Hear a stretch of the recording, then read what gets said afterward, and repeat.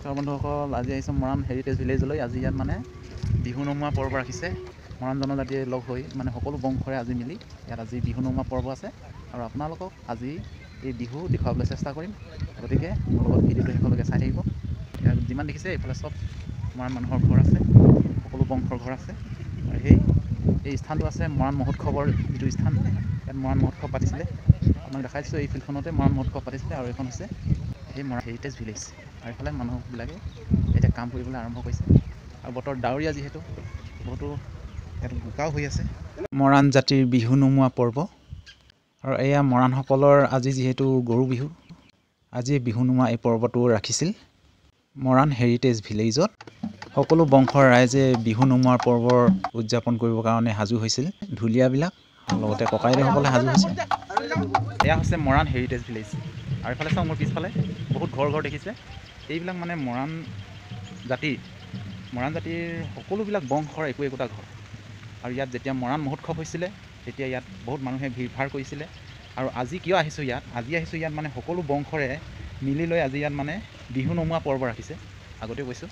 আৰু এইফালে পিছফালে আছোঁহি, এইফালে পানী হৈ আছে যিহেতু আজি বতৰ বেয়া হৈ গ'ল। এইফালে ঘৰবিলাক এনেকৈ খালী খালী আছে আৰু প্ৰতিটো ঘৰতে মানে কোনটো বংশৰ হয় কোনটো ঘৰ সেইবিলাক ইয়াত লিখি থোৱা আছে। যেনেকৈ এইটো পেটু ধোৱা গোহাঁই বংশ সেইটো লিখা আছে আৰু ইয়াত লিখা আছে চমুৱা বংশ, ইয়াত কছাৰী বংশ, ইয়াত চাইলা বংশ। এনেকৈ প্ৰতিটো ঘৰতে এনেকৈ লিখি থোৱা আছে। যেনেকৈ এইটো আপোনালোকক দেখুৱাই দিছোঁ, নাওহলীয়া বুৰুক চুতীয়া আৰু পাণবৰ ঋষিবৰ বংশ। এয়া এইফালে পানী আছে, যাবলৈ অসুবিধা আছে। আৰু এইফালে লিখা আছে বাহু গঞা বংশ।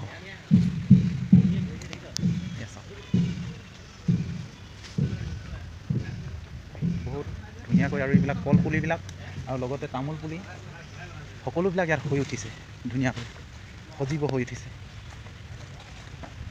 আপোনালোকক দেখুৱাইছোঁ এখন গাঁও ইয়াত অট'মেটিক হৈ আছে।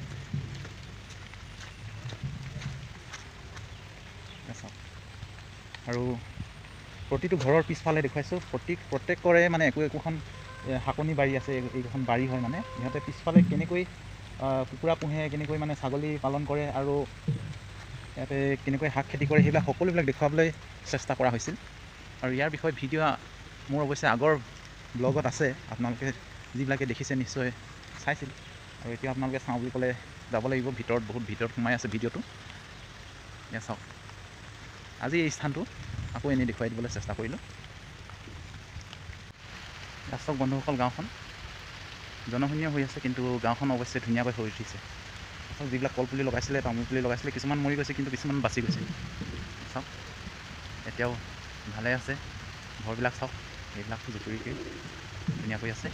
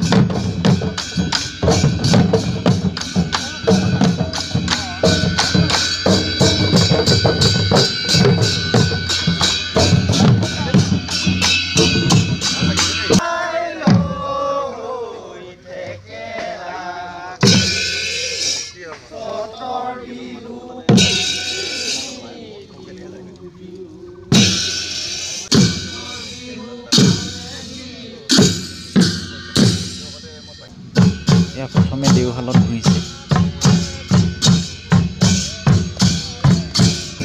গোটেই গাঁওখনতে বিহুৱা দলটোৱে ঘূৰিছে। যিটো বংশৰ ঘৰত গৃহস্থই তামোল দিয়ে তাক সেৱা কৰি বিয়াবিলাকে ঘূৰি ফুৰিছে।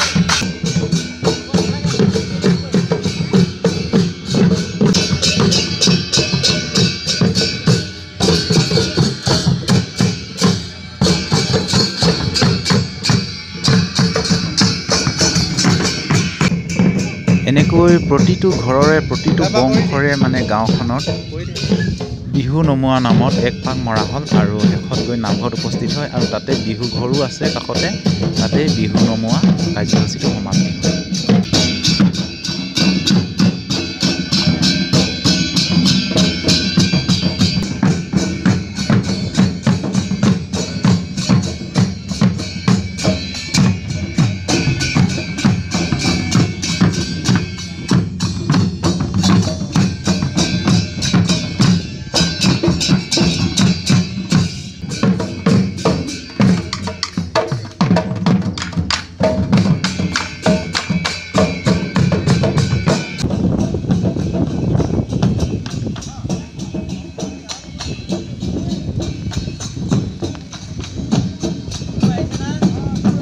ককাইদেউ আজি কি উদ্দেশ্যত এই বিহু নমোৱা উৎসৱটো ৰাখিছে ইয়াত? মৰাণ জনগোষ্ঠী ইতিমধ্যে 3খনকৈ বিহু উদযাপন কৰি অহা কাৰ্যসূচী আছিলে, কিন্তু প্ৰথমবাৰ আমি হেৰিয়ক সন্মান জনাই মৰাণ জনগোষ্ঠী কেওটা সংগঠনে জাতীয় অভিৱৰ্তনৰ সিদ্ধান্ত মৰ্মে বহাগৰ প্ৰথমটো মঙলবাৰে উৰুকা আৰু বুধবাৰে গৰু বিহু হিচাপে লৈ বিহু উদযাপন কৰি অহা এটা সিদ্ধান্ত হৈছে। এইটো এই পৰম্পৰাটো ৰক্ষা কৰি আমি প্ৰথমবাৰৰ কাৰণে কিন্তু একেলগে বিহু নমোৱা কাৰ্যসূচী লৈছোঁ আৰু অহা 3 মে' তাৰিখে এই অনুষ্ঠানটো সামৰণি অনুষ্ঠান হিচাপে হ'ব, বিহু উৰুৱা কাৰ্যসূচী। তাত সকলো শ্ৰেণীৰ ৰাইজক সদল বলে যোগদান কৰিবৰ কাৰণে আমি আহ্বান জনাইছোঁ। আমি অসমবাসী ৰাইজক এই স্থানৰ পৰা, পবিত্ৰ স্থানৰ পৰা এই বহাগ যাতে সমন্বয় সম্প্ৰীতিৰ বহাগ হওক, সফলতাৰ বহাগ হওক, এইখিনিকে আহ্বান জনাইছোঁ। আৰু আমি মৰাণ মহোৎসৱ উদযাপন কৰা এই পবিত্ৰ স্থানতে মৰাণ বিহুটো একত্ৰীকৰণৰ এটা পৰম্পৰালৈ ইতিহাস ৰচিবৰ কাৰণে আমি সকলোকে আহ্বান জনাইছোঁ। ধন্যবাদ।